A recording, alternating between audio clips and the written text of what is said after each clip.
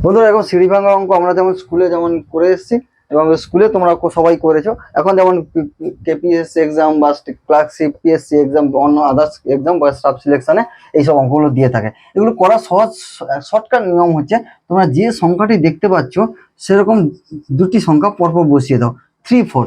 তারপরে কতগুলি দেখতে পাচ্ছ, 1 2 3 4 5, পাঁচটি আছে, অর্থাৎ 1 2 3 4 5, পাঁচটি লাইন দিয়ে দাও। এবার হচ্ছে দুটি সংখ্যা যোগ করো, 4 3 হচ্ছে 7।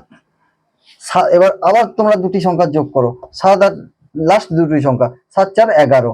আবার লাস্ট দুটি সংখ্যা যোগ করো, 11 7 18। 18 আর হচ্ছে 11, আবার লাস্ট দুটি সংখ্যা যোগ করলে হচ্ছে 29। আবার তোমরা 29 আর 18 যোগ করলে হচ্ছে আমার 47, অর্থাৎ উত্তর হবে লাস্ট দুটি, অর্থাৎ 47/29। এবং তোমরা এইভাবে এই অঙ্কটা তোমরা কমেন্টে জানিও কি যে যার উত্তর করে।